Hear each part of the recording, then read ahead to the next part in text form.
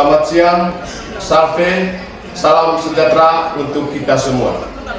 Yang terhormat Bapak Ibu dosen penguji PPG dalam jabatan Pendidikan Agama Katolik di 1 tahun 2025 LPTK Santo Yakobus Merauke. Perkenalkan, saya Damian Santi SAG, Guru Pendidikan Agama Katolik pada SMK Negeri 1 Borong, Kecamatan Borong, Kabupaten Manggarai Timur, Provinsi Nusa Tenggara Timur. Sebagai mahasiswa PPG dalam jabatan di 1 tahun 2025, pada hari ini, Rabu, tanggal 8 Mei tahun 2025, saya akan melaksanakan proses pembelajaran di dalam kelas pada kelas 10 TKJ 1 dengan tema Sengsara dan Wafat Yesus. Inilah video pembelajaran. Selamat siang semua. Siang, Pak. Oke, terima kasih. Selamat siang. Selamat berjumpa hari ini. Terima kasih, silakan duduk. Terima kasih. Baik, adik-adik, sebelum kita mulai pembelajaran hari ini, terlebih dahulu Pak Guru akan menyampaikan absen. Jangan sampai ada yang tidak hadir hari ini ya. Ada yang tidak hadir hari ini? Ada. Alasannya? Ada. Ada izin, ada yang sakit. Oke. Yang terakhir ada? Terima kasih banyak. Kurang lebih ada 1 orang saja yang tidak hadir. Iya, Pak. Baik, kita adik-adik semua, mari kita awali pelajaran kita hari ini dengan doa. Para adik-adik yang bertugas mungkin silakan.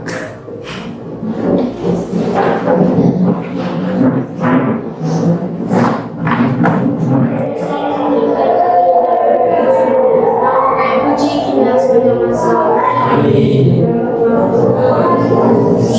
Oke, terima kasih. Kita dulu untuk kita. Baik, kita sedang mengangkat kita dalam doa untuk memulai kegiatan pembelajaran kita hari ini. Tapi supaya lebih semangat lagi, saya mengajak kita untuk melakukan IMD. Saya mau berdiri lagi.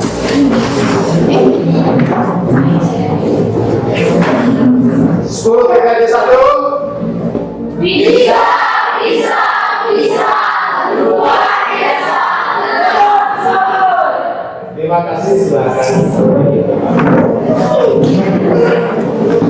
Baik, sudah adik-adik, materi pembelajaran kita hari ini adalah tentang sengsara dan wafat Yesus. Coba ulangi. Sengsara dan wafat Yesus. Sebelum saya sampaikan tujuan pembelajarannya, terlebih dahulu saya tanya dulu. Ada yang tahu mengapa Yesus itu hidup menderita dan sengsara? Coba angkat tangan. Angkat tangan. Ya, coba cabut.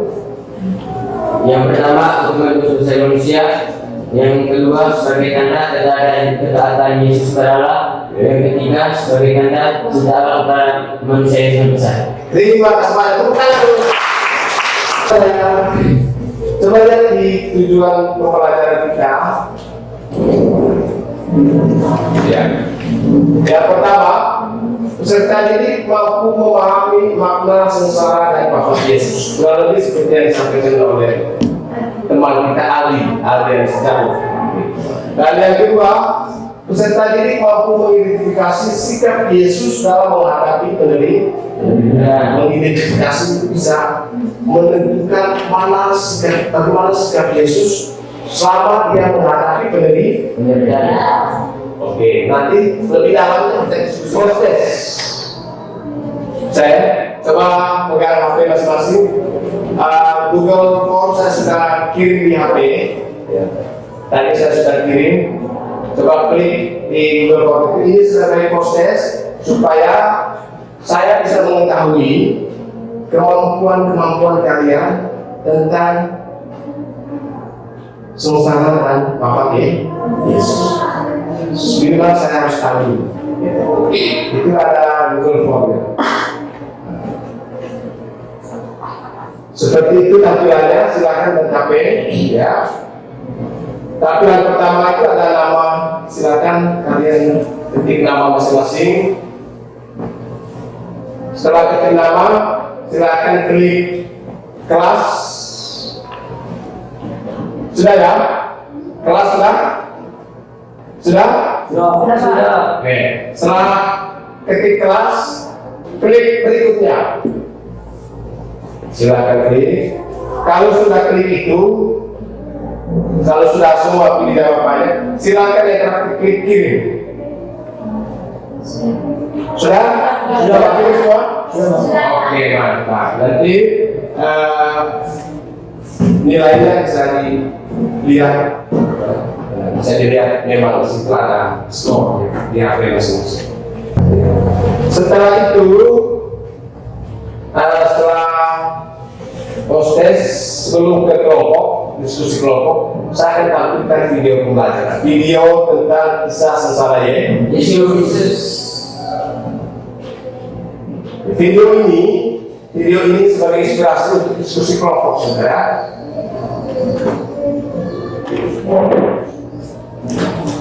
Bagaimana dengan dalam percobaan?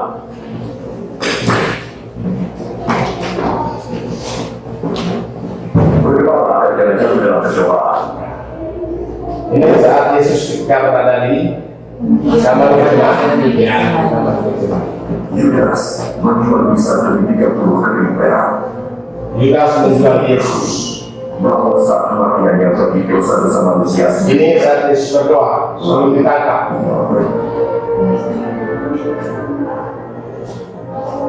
Ya Allah, sekiranya kau berkenan dan titik-titik darah. Yesus memperoleh kekuatan dan seterusnya. Oke, nanti video ini sebentar kamu akan dalam lihat lagi waktu diskusi kelompok sebenarnya. Sekarang ini tadi tampilan video hanya untuk inspirasi untuk menjawab persoalan-persoalan yang didiskusikan di kelompok masing-masing. Saya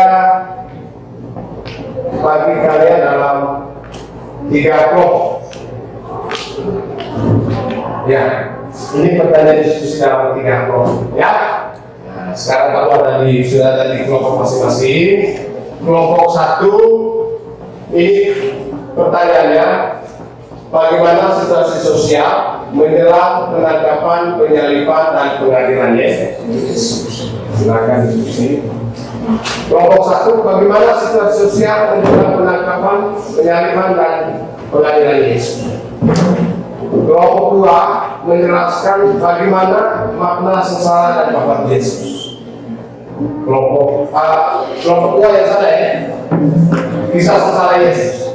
Oke. Nanti kelompok 3 yang ini menjelaskan makna sengsara dan wafat Yesus. Ini kelompok sebentar kamu diskusi bebas, dan memang siapa kira-kira yang bisa menceritakan ulang kisah sengsara dan wafat Yesus. Ceritakan ulang.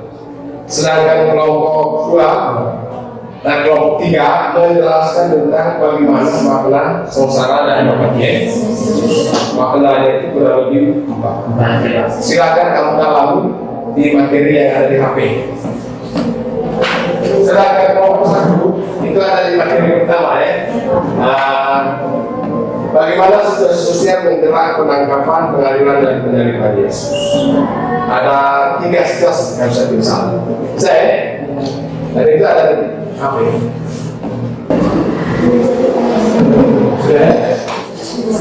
Sudah, Pak. Sudah?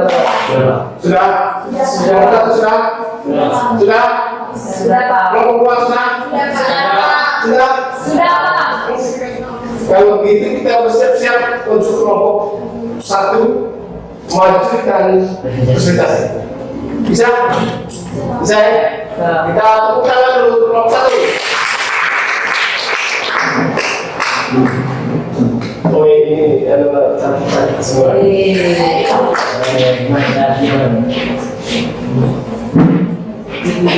Saya langsung berikan kesempatan kepada moderator untuk mengatur prosesnya diskusi. Baik, selamat siang semua guru, selamat senang-senang. Terima kasih atas waktu dan kesempatan yang diberikan kepada kelompok kami. Kami dari kelompok 1 akan mempresentasikan hasil diskusi kelompok kami. Kepada teman saya persilakan. Oke, baik, materi yang kami telah diskusikan yaitu konteks sosial menjelang penangkapan, pengadilan, dan penyaliban Yesus. Ada 3 konteks sosial menjelang penangkapan, pengadilan, dan penyaliban Yesus. Yang pertama, konteks perayaan Paskah. Perayaan Paskah merupakan perayaan bangsa Israel untuk memperingati pembebasan bangsa Israel dari perbudakan Mesir. Perayaan ini berlangsung selama 7 hari. Pada perayaan Paskah itu, seluruh rakyat terlibat dalam cara berziarah ke Yerusalem. Maka Yerusalem dipenuhi oleh orang banyak yang akan merayakan Paskah. Paskah dalam rangka perayaan Paskah Yahudi tersebut, Yesus dan murid-muridnya juga pergi ke Yerusalem. Dalam situasi Paskah Yahudi, terjadilah peristiwa besar yang menimpa diri Yesus. Ia ditangkap, diadili, dan disalibkan. Yang kedua, pemberontakan terhadap pemerintah Roma. Biasanya dalam setiap perayaan Paskah, tentara Roma juga selalu siap siaga untuk menghadapi kemungkinan yang tidak diinginkan, misalnya kekacauan. Pada masa Yesus di Palestina, situasinya tidaklah tentram, selalu ada usaha-usaha untuk melawan pemerintahan Romawi. Pewartaan Yesus tentang kerajaan Allah dan pernyataan dirinya sebagai Mesias dianggap sebagai pemberontakan. Hal inilah menjadi alasan oleh para pemuka agama Yahudi untuk menghukum Yesus. Sekian dari kami mengucapkan terima kasih. Mungkin dari teman-teman ada pertanyaan. Silakan dari satu pertanyaan saja ya. Silakan kelompok 3, kelompok 2. Pada perayaan Paskah, Yesus bersama murid-muridnya pergi ke Yerusalem untuk merayakan Paskah. Pertanyaannya, apa yang dilakukan Yesus ketika ia tiba di Yerusalem? Oke, pertanyaannya apa yang dilakukan oleh Yesus ketika dia tiba di Yerusalem bersama para muridnya?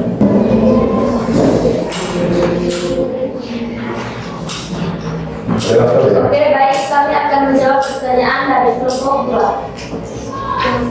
Yang dilakukan oleh Yesus ketika ia sampai di Yerusalem adalah Yesus mengusir para pedagang di Bait Allah.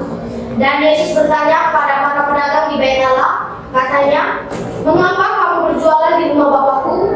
Sehingga semua para pedagang berlari meninggalkan Bait Allah. Mulai saat itu, para penguasa Yahudi dan orang-orang Farisi mulai berpikir untuk menangkap Yesus karena dia telah mengusir para pedagang di Bait Allah. Bagaimana? Pas. Oke, tepuk tangan dulu.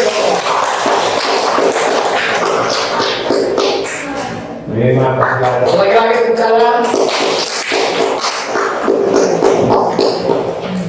Yang berikut, siap-siap untuk kelompok 2 dengan materinya tadi menceritakan kembali kisah sengsara dari Pak Fadil. 3 orang maju, 3 orang. Selamat siang teman-teman, selamat siang Pak Guru. Selamat siang. Terima kasih atas waktu dan kesempatan yang telah diberikan kepada kami.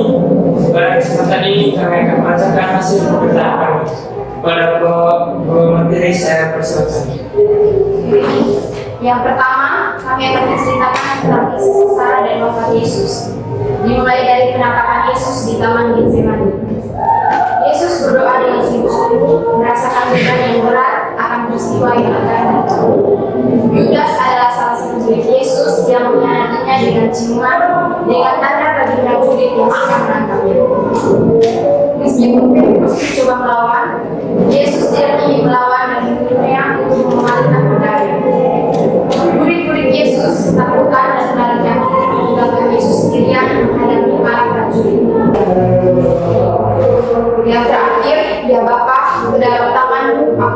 akan jawab. Mungkin ada dari teman-teman yang ingin memberikan pertanyaan kepada teman-teman, saya persilakan. Oke, ini waktu sekarang untuk dialog. Silakan ada kelompok yang mau bertanya kepada kelompok 2. Oke, dari kelompok 3 silakan. Yang menjabat sebagai kepala imam besar waktu itu adalah Kaifas. Dia menjadi kepala pusat bait Allah. Pertanyaannya, bagaimana Tuhan Kaifas terhadap Yesus? Bagaimana Tuhan Kaifas terhadap Yesus? Terima kasih dari kelompok 2. Silakan kelompok 2 untuk diskusi ini menjawab pertanyaannya. Bagaimana Tuhan Kaifas terhadap Yesus?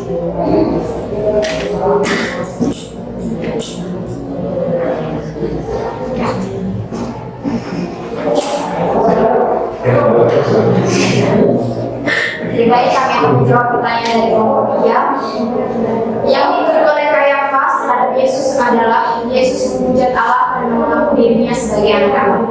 Lalu pengakuan Yesus sebagai anak Allah itu ketika Kaifas bertanya kepada Yesus, apakah engkau Mesias anak Allah? Dan Yesus menjawab, engkau sendiri yang mengatakannya. Itu saja presentasi dari kelompok kami. Sekian dan terima kasih. Oke, kita dari kelompok 2. Yang terakhir dari kelompok 3. Selesai kelompok 3, saya silakan waktu untuk maju. Kelompok 3 menjelaskan bagaimana makna sesama dan Bapa. Maju, silakan siapa yang bertugas. Silakan bergabung. Selamat siang teman-teman, selamat siang Bapak Guru. Kami dari kelompok 3 akan mempresentasikan misi kerja kelompok kami. Para pembawa materi, saya persilakan. Di sini makna sesama dan kematian Yesus ada 4. Yang pertama, kematian Yesus adalah konsekuensi atau risiko dari perkataan tentang kerajaan Allah. Yesus dalam perkataannya tentang kerajaan Allah sudah mengetahui risiko penderitaan yang akan ditanggung-Nya. Bahkan Yesus sudah memberitahukan kepada para muridnya bahwa Ia akan menderita kebanggaan di sana. Yesus menyadari bahwa kesaksian yang paling kuat dan final dalam perkataannya tentang kerajaan Allah adalah kesiapannya untuk menderita dan mati di sana. Sekian presentasi dari kami, kita memberikan pertanyaan. Silakan berikan pertanyaan kepada kelompok 3. Dari kelompok ada? Oke, silakan kelompok 1 tanya.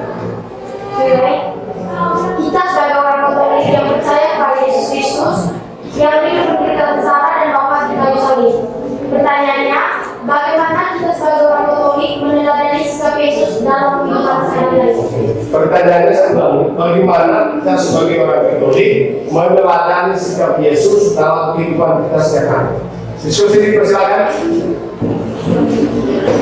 Ya, yang pertama, kita harus memiliki sikap taat kepada Allah dengan cara rajin berdoa dan rajin beribadah setiap hari Minggu. Yang kedua, kita harus memiliki sikap keberanian untuk membela kebenaran. Kalau salah, katakan salah, dan kalau benar, katakan benar. Yang ketiga, kita harus memiliki sikap pengampunan terhadap sesama dengan cara saling memaafkan dengan satu yang lain. Itu saja. Sekian presentasi dulu. Bisa berikan tanggapan bagaimana jawaban dari Saya kelompok 2. sudah? Oke, kita tepuk tangan dulu.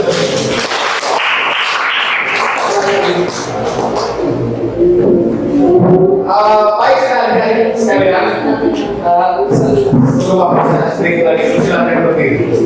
Siap.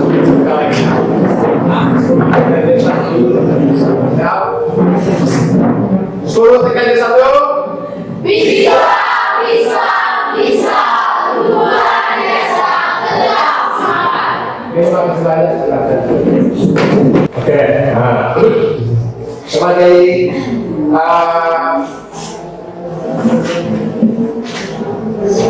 peneguhan saya sebagai guru dari materi atau hasil diskusi kelompok kalian ya.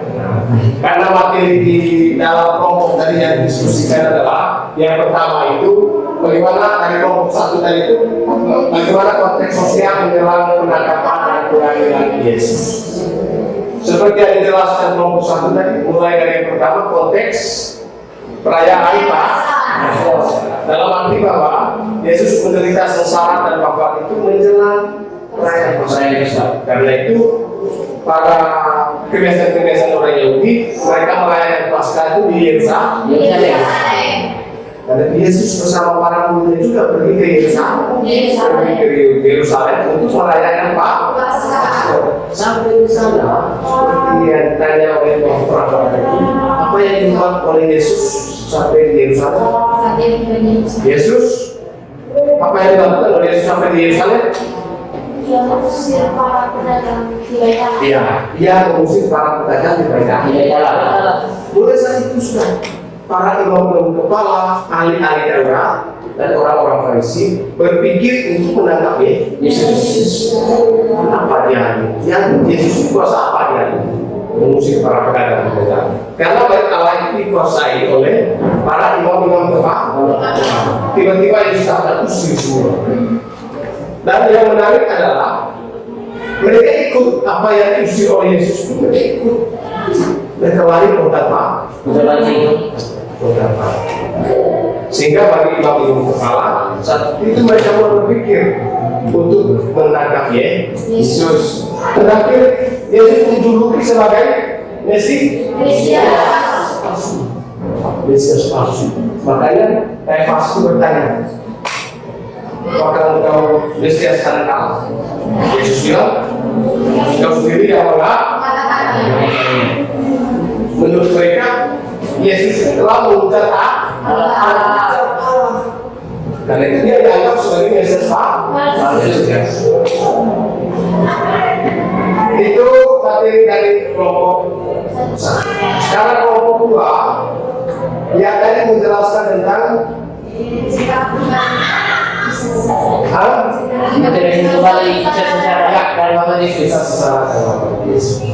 bisa sengsara dan wafat Yesus itu mulai dari zaman sekarang saya tanya, apa dilakukan oleh Yesus di dalam perjuangan? Seperti dalam video tadi ya? Iya Pak. Mulai dari situ dia dalam video dia berdoa dulu. Habis itu dia memperoleh kekuatan. Setelah itu datanglah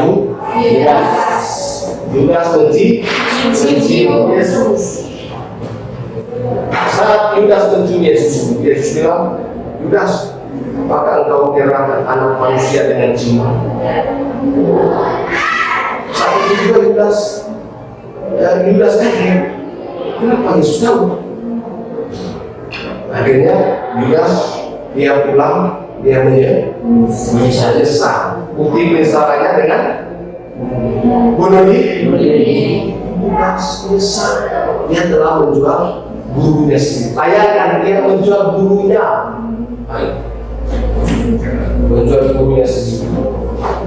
Orang yang hari-hari bersama dengan dia. Terakhir Yudas menyesal. Tanda dia bunuh diri, tanda penyesalan. Saya pikir itu tadi penguatan dari saya. Dan secara lengkapnya materi ada dalam HP di ringkasan materi pendidikan atau agama penutup ya, sebelum penutupnya saya ada video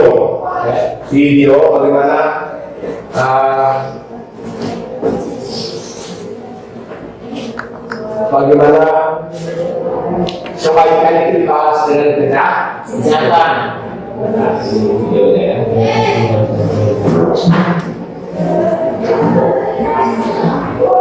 Kita simak lagi videonya. Ini mau menjelaskan bagaimana kejahatan itu dibalas dengan kebaikan.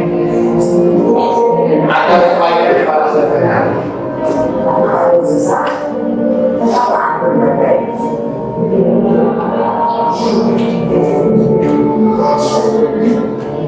Yang kecil, sebenarnya pasti menandakan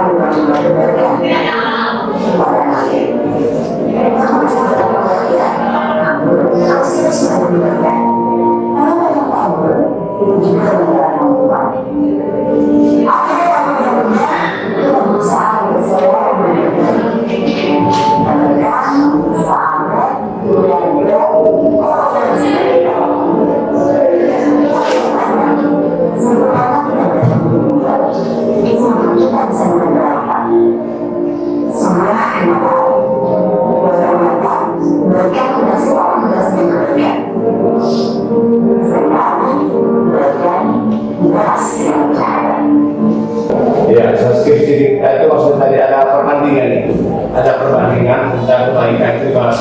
Ibarat kita dalam padi, yang tumbuh juga pasti ada, yang tumbuh juga pasti ada rumput-rumputnya.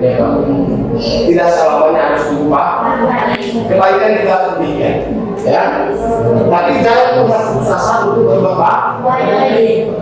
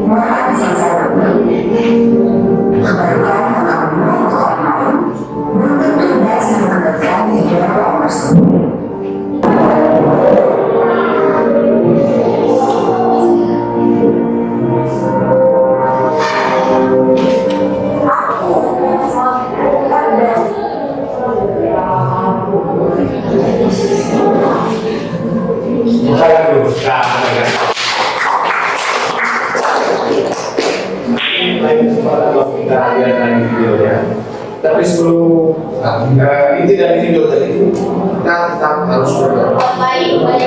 Apa saja dan dimana saja negara. Materi kita hari ini sampai di sini. Tapi sebelum kita akhiri, sebelum kita berdoa, ada dua pertanyaan sebagai evaluasi. Sebagai evaluasi kita hari ini kepada kita lain. Pertanyaan yang pertama itu jelaskan makna dari sengsara dan bapak. Makna. Silakan dia ada kata begitu. Yang pertama, sengsara dan bapak sebagai konsekuensi atau resiko perkataan tentang kerajaan Allah. Yang kedua, sengsara dan bapak Yesus sebagai tanda datang dan kesediaan. Oke, pertanyaan dulu. Dan pertanyaan yang terakhir, sebutkan dua peristiwa penting pada saat bapak Yesus. Sebutkan saja dua peristiwa penting. Silakan. Yang pertama, peristiwa alam, yaitu penerapan mengikuti era kerajaan tidak sore dan takdir balik Allah terpulang dari iman. Yang kedua, peristiwa yang kedua adalah ucapan akhir Yesus yang penuh kesetiaan. Ya Bapa, di dalam tanganmu usahakan jalanku. Terima kasih. Untuk saya kasih tugas kan. Ya, seminggu depan lalu dikumpulkan, kalian disuruh buat refleksi. Refleksi dibuat dalam bentuk doa. Doa susu tentang makna dalam sengsara Yesus. Bisa? Sama-sama bisa? Bisa. Mari kita tutup pelajaran kita dengan doa. Pada yang bertugas akan doa penutup ya. Berdiri.